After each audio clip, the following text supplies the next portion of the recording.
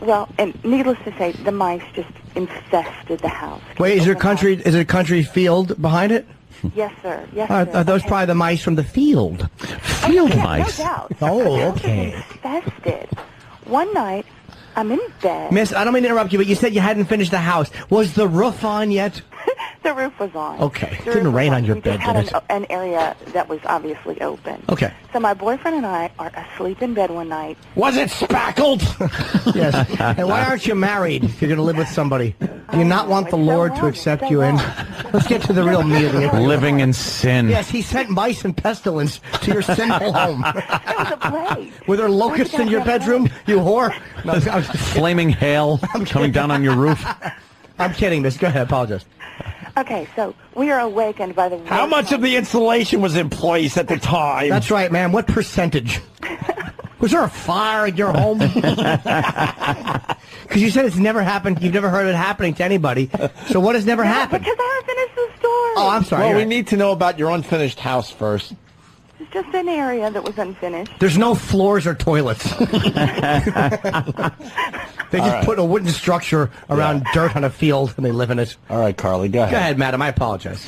It's okay. So we're awakened by the worst noise you've ever heard. We throw the door open, don't know what is Wait, going the on. worst noise I've ever heard. Really? Wow. My mind is going 1,000 miles an hour and coming up with nothing. Yeah. Oh, okay, so the worst noise you've ever heard. So your door opened. I'm here, and I've got an idea. We can start there, Jimmy, and continue. E-Rock, have you seen my toothbrush? Or, hi, I'm Rich. I'll be teaching your children. See, that was a Rich Foss Okay. joke. Yes. All right, Carly. Worst noise you ever heard? We throw the door open, and there is a scene from Alfred Hitchcock's The Birds going on in the house. The birds have circulated a memo that this is Mouse House, and there are like 2,000 birds killing the mice all in the house. Wait, 2,000 birds? Okay, maybe 200. That's still a lot of birds. The house is black with birds. The house is black. How did the birds get in? Well, what does your house look like? Well, it's a little house on a stick, and it just has a hole in the front. And that's where we live. And the floor has all kinds of little seeds on it. Seed floor. Yes. It's a gingerbread house, and the birds like it. And I can't even, talk to my boyfriend because it's too loud. We're having to scream at each other. Were your floors made of newspaper? Maybe they misunderstood. Yes, my house is made of cage wiring. What's that? It was bad. It was crazy. And the birds flew in, and they killed all the mice, and it went on for 45 minutes, and then they all left, and we never had mice again, and we finished the house. Sounds like a scene out of Evan Almighty. That's an amazing story. It was horrible. All right, Carly. Okay. Thank God you're all right. Yeah, let's go to Dwayne in Minnesota. Dwayne? What's going on, fellas? What's up, Dwayne? Not much. I was just going to tell you to shut up and let her finish her story, but after that ending, Well, you see, we were kind of just... right. Dwayne, here's the brilliance of us, because I see what you're saying up there. Do you have to ruin every story? We knew that story was going nowhere fast, so we were trying to get some humor out of it. No, I didn't know where it was going, Dwayne. The bottom line is I knew she was going to get to the end. We were having fun with her along the way. What you don't understand, if we just would have let her say it, then you have to go back and recapture moments that you wanted to goof on. It doesn't work. So a lot of times... I got you, Jimmy. Okay, that was not... Look at that.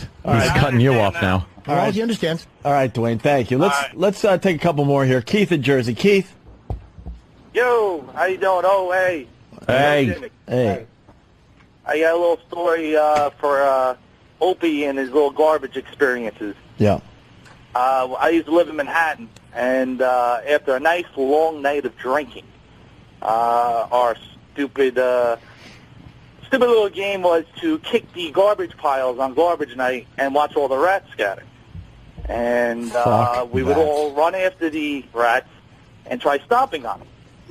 And we used to catch a couple of them and make a nice little splatter. That's like serial killer shit, though. Yeah. There's a way to get rid of rats without just stomping on them with your boot. By the way, that's a cool beginning to a story. That's not a cool story. That's a cool beginning. That should be part one. I think if you lined up 100 guys, I think there's maybe one that would actually run after a rat and try to stomp it to death. The rest of them, even though we'd all act like we're brave, most of us would be like, fuck that. You know the best way to catch rats, and I found this, is you dip your dick in cheese. And then when the rats grab onto it, you flick their little heads. That sends out a message. All right, let's go to Tony in Jersey. Tony. Hey, Jimmy, you're on fire today. You're fucking killing me. I had a huge bong hit. It was probably a $6 toke, I swear to God. And you said my house is on a stick with a hole in the front. I lost the whole fucking thing. I talked for 2 minutes. You owe me, kid. I just wanted to let you know. Right on, man. Let's go to Kansas City. I didn't mean that, though, because that was a birdhouse. Hey, guys, this is Kansas City Dave. Kansas City Dave, what's up? How you guys doing? All right. I used to go to Oklahoma and stay with my ex-wife still because I still fucked her for a little while there after we got divorced. And the last time I stayed at her house, I woke up and I felt something crawling, and I flipped the covers up, and there was a fucking roach crawling out of my ass crack. That was obviously under her covers when I went to bed. By the way, do you know right now that roach is somewhere saying, and I thought it was a good place to hide. All of a sudden, warm, disgusting air passed over me. I was in a guy's asshole. And all his friends are laughing at him like, what'd you do? The guy just got the hell out of there. Yeah. Grossest thing ever. Yeah, for both of you. Thank you. Let's go to Frank at Freehold. Freehold. Hey, how you doing, guys? What's up? Hey, nothing much. I wanted to tell you guys, I used to work for Con Edison, man. Did and you? A lot of the way that the roaches get into the buildings is through the ductwork. If we used to do a service job. If we didn't do a complete service job all the way, you have to pack all the ductwork. And if you don't do that, the roaches are definitely getting in the building that way. I want to find where the roaches are hanging out in this freaking facility. The big guys.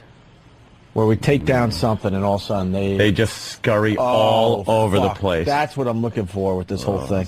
Let's Let's go to Tom in Texas. Tom. Hey, guys.